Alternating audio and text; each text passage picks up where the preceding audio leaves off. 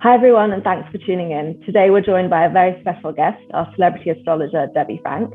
Debbie has a whole list of A-listers among her clientele, including the late Princess Diana.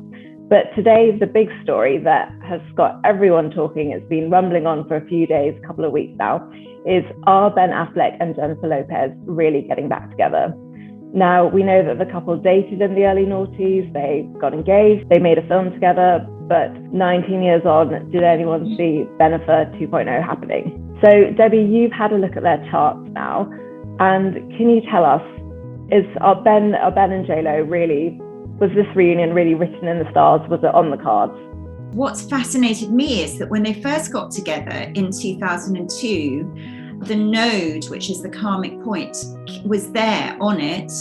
And guess what? 19 years later, here we are, and it's just been on it again. So I don't think it's an accident that things have been rekindled. But the big question is it really the big love, or is it something about unfinished business? I think it really will be a fun summer for them, because we've got Mars, the planet of desire, going through Cancer and Leo across a lot of their planets.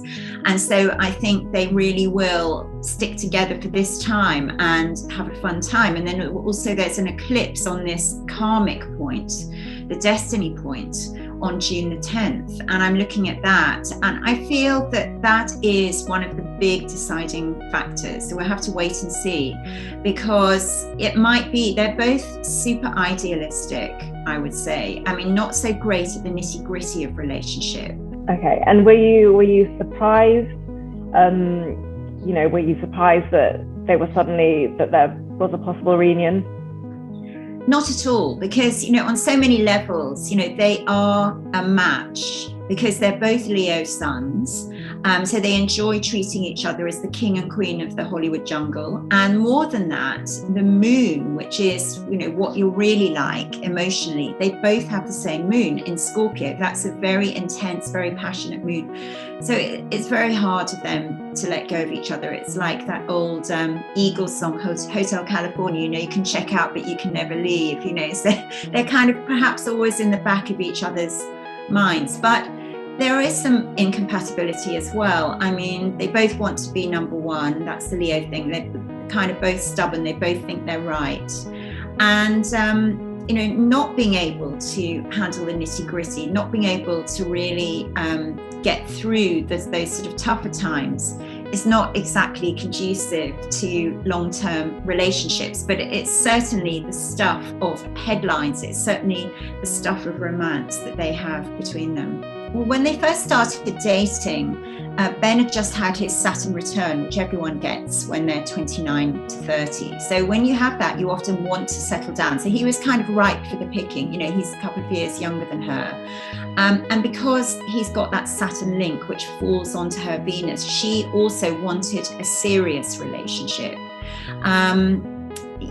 Expansive Jupiter was also moving into Leo, so it made it the most fun relationship ever. That's why it took off like a rocket. I mean, they got engaged kind of 4 months later. But then when they broke up, Ben had Saturn on his Venus and on his ascendant. And, Saturn's one of those planets, it's the big decider. So you either commit or you separate. It's make or break. Marriage or quits, and they quit. So I'm not convinced it's actually about the media headlines. I think it's a bit deeper than that. And I think they both wanted more freedom, and it was just like a surprise move really for both of them, because the planet Uranus, which is the most volatile planet of them all, was also activating both of their Mars planets. And that means that you just suddenly wake up one morning and think, I can't do this anymore. So I think, that's what was really going on. And you mentioned Alex, how Alex was also a Leo. Could you see their split coming? Was there something, written in the stars there for their relationship? Sadly, yes, I can see, because Alex actually, he has the moon in Pisces. And at the moment, a very rare aspect is going on his chart, which only comes around once in a lifetime, once every 156 years. So, I mean, Neptune on your moon is very dissolving and it's very disappointing. So it probably feels like such a double betrayal. that she's left him. Not only that, looks like she's going back to Ben. So there's a kind of lostness really on his chart, a lot of upset that he just cannot hold the relationship together. I think it would be unlikely for them to get back together at this point. I think there's a lot of sadness, and I think there's a kind of tenderness between them, perhaps more tenderness between them and more intensity between her and Ben. Maybe that's the big attraction factor. Well, thank you so much, Debbie, for chatting to us, and that's been really interesting and insightful. And thank you everyone for tuning in, and don't forget to head over to hellomagazine.com for all the latest celebrity news, and of course to subscribe to our YouTube channel. Thank you. Bye.